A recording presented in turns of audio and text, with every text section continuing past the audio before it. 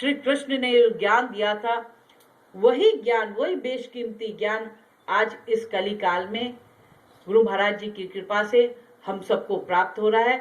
और वो ज्ञान जो है कहीं हमको बाहर नहीं मिलेगा, वो ज्ञान हमको अपने हृदय के अंदर ही, अपने अंदर ही हमको मिलेगा।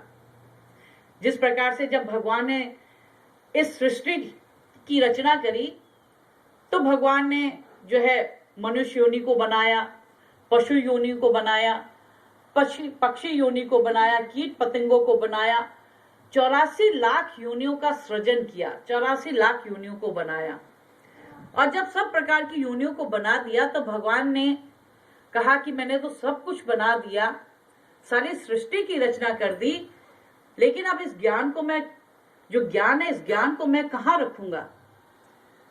भगवान बड़ा चिंतन करते हैं, बड़ा मनन करते हैं, बड़ा विचार करते हैं और सोचते हैं कि अगर मैं इस ज्ञान को समुद्र के अंदर छुपाता हूं तो गोताखोर जो स्विमर होगा वो एक दिन जाके गोता लगाएगा और इस ज्ञान को बड़ी आसानी से खोज लेगा। अगर मैं इस ज्ञान को जो है किसी पहाड़ी में, बहुत ऊंची चोटी में रख देता हूं तो वहां भी जो है आज जो है माउंटेन में चढ़ने वाले जो होते हैं, माउंटेनियर होते हैं, वो एक दिन वहां पहुंचेंगे और उस ज्ञान को प्राप्त कर लेंगे। मैं इस ज्ञान को किसी जंगल में छुपाऊंगा तो जंगल में विचरण करने वाले जो लोग होते हैं वो एक दिन जंगल में विचरण करेंगे और इस ज्ञान को प्राप्त कर लेंगे। तो भगवान श्री भी अपने मन में बड़ा चिंतन करते हैं, विचार करते हैं, आखिर मैं इस ज्ञान को छुपाऊं तो कहां छुपाऊं। और बहुत चिंतन करने के बाद में अंत में वो इसी निष्कर्ष पे पहुंचते हैं कि इस ज्ञान को ना मैं समुद्र में छुपाऊंगा, ना किसी पहाड़ियों में छुपाऊंगा, ना किसी जंगल में छुपाऊंगा, बल्कि इस ज्ञान को मैं मनुष्य के ही हृदय में छुपाऊंगा। और जो मनुष्य जो इस ज्ञान को लेने का इच्छुक होगा, जिज्ञासु होगा, जिसके हृदय के अंदर इस ज्ञान को जानने की इच्छा पैदा होगी, तो वो ज्ञान जो प्राप्त करने के लिए इस ज्ञान को ढूंढेगा, जानेगा, उस ज्ञान को बारे में जानने की सोचेगा और इस जिज्ञासु बनेगा। जिज्ञासु के बाद वो ज्ञानी बनेगा। और ज्ञानी वो कब बनता है? जब ज्ञानी गुरु महाराज जी के चरणों में जाता है। ज्ञानी गुरु महाराज के चरणों में जाके सेवा करके उनकी आत्मा को प्रसन्न करता है। और जब गुरु महाराज की आत्मा प्रसन्न होती है तो गुरु महाराज उस जिज्ञासु के हृदय के अंदर वो ज्ञान रूपी बीज को बोते हैं और तब वो जिज्ञासु जो है ज्ञानी के रूप में परिवर्तित हो जाता है। क्योंकि जो भक्त भी 4 प्रकार के भक्त शास्त्रों में बताए गए हैं, आर्थ भक्त, अर्थार्थी, जिज्ञासु और ज्ञानी। आर्थ भक्त वो होता है कि जो भय के कारण ईश्वर की भक्ति करता है।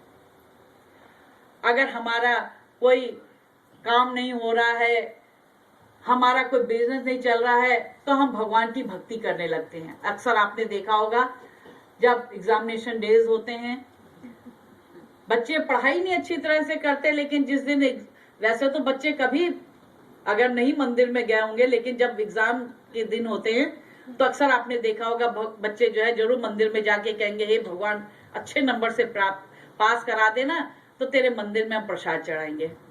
जो इस प्रकार से भयभीत होके, भय के कारण से, डर के कारण जो ईश्वर की भक्ति करते हैं उनको आर्त भक्त कहलाए जाते हैं।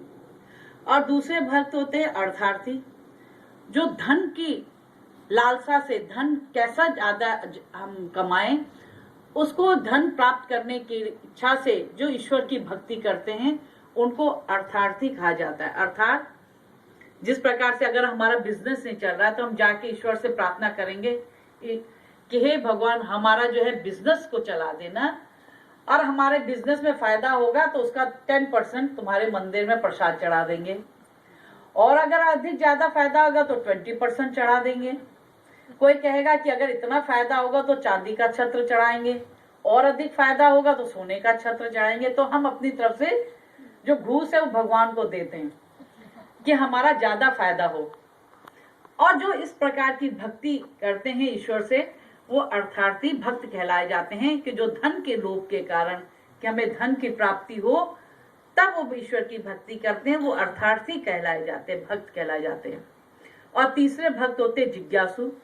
जिस प्रकार से यहाँ कई ऐसे व्यक्ति बैठे हैं जिनको भी ज्ञान प्राप्त नहीं है, लेकिन जिन्होंने सत्संग सुना है और सत्संग के द्वारा उनके हृदय में ये भावना जागृत हुई है कि भाई जो बाई जी सत्संग सुना रही है, या जो महात्मा जी सुना रहे हैं, जो महाराज जी सुना रहे हैं, जो विभू जी सत्संग सुना रहे हैं, वो आखिर सत्संग है क्या, वो ज्ञान आखिर है क्या।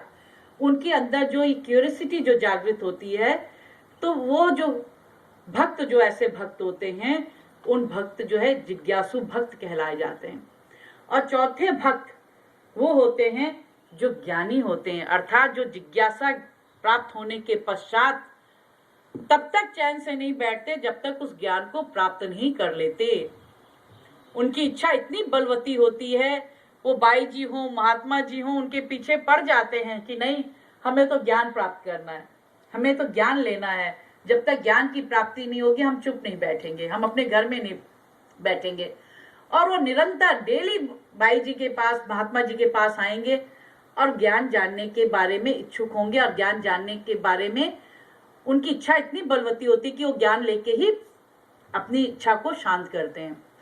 और जब वो ज्ञान प्राप्त कर लेते हैं तो वही जिज्ञासु भक्त जो होता है वो ज्ञानी के रूप में परिवर्तित हो जाता है, और उसके हृदय में ज्ञान रूपी बीज जो है रोपित हो जाता है। तो वो भक्त जो है, चौथा भक्त ज्ञानी बन जाता है। और ज्ञानी भक्ति सर्वश्रेष्ठ भक्त, सबसे अच्छा भक्त वही ज्ञानी भक्ति कहलाया जाता है। इसीलिए ज्ञानी को भगवान श्री कृष्ण कहते हैं कि ज्ञानी में और मुझ में कोई अंतर नहीं रह जाता है।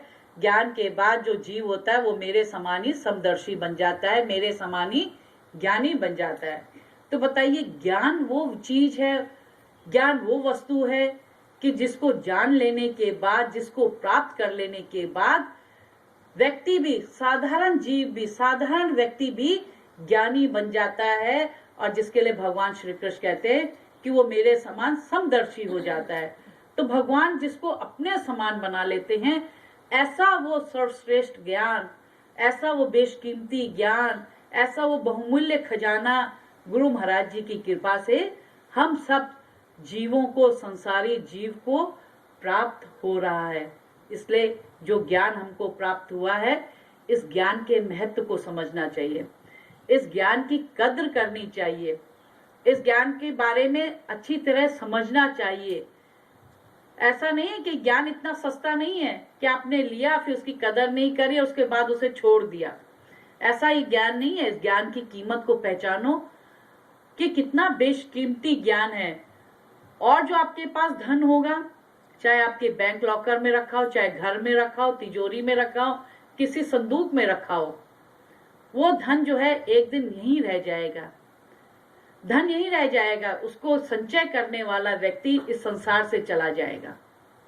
जिसने बड़ी मेहनत करी, दिन रात मेहनत करी, परिश्रम किया और उस धन का संग्रह किया, लेकिन उस धन को संग्रह करने वाला व्यक्ति चला जाता है, वो धन जो है यहीं रह जाता है। संदूक में रखा होगा तो संदूक में रह जाएगा, तिजोरी में रखा हुआ धन तिजोरी में रह जाएगा, बैंक में रखा हुआ धन बैंक में रह जाएगा। लेकिन एक ज्ञान रूपी धन ऐसा धन है कि जितना आप इसको संचय करेंगे उतना ही ये आपका बढ़ता रहेगा, जितना इसका आप खर्च करेंगे उतना ही ये धन बढ़ता रहेगा। संसार के भौतिक चीजें हैं, संसार का रुपया पैसा है, संसार का खजाना है। आप खर्च करेंगे, बाजार जाएंगे, मॉल में जाएंगे, वो खर्च हो जाएगा। लेकिन ज्ञान रूपी जो धन आपके पास गुरु महाराज के द्वारा दिया गया है, जितना इसका जप करेंगे, जितना इसका जो है भजन करेंगे, सुमिरन करेंगे, उतना ही ये जो आपका धन है, ज्ञान रूपी धन है, वो धन आपकी उतनी ही बढ़ोतरी होती रहेगी। कोई धन है जो आपके धन है, चाहे जमीन जायदाद है, चाहे आपका खजाना है, वो सारा जो चीज है, अगर भाई में झगड़ा तो बढ़ जाएगा, चोर आएगा चोरी करके ले जाएगा, डाकू आएगा डाका डाल के ले जाएगा। लेकिन ज्ञान रूपी धन ऐसा धन है कि ना इस धन को ना कोई चोर चोरी कर सकता है, ना डाकू डाका डाल सकता है, ना भाई इसका कोई बंटवारा कर सकता है। तो हमको अपने जीवन में ऐसे ज्ञान रूपी धन के संचय करना है, संग्रह करना है कि जो धन हमारे पास जब तक हम जीवित हैं तब तक भी है, और जब हम इस संसार को छोड़ के चले जाएंगे, इस शरीर से हमारी आत्मा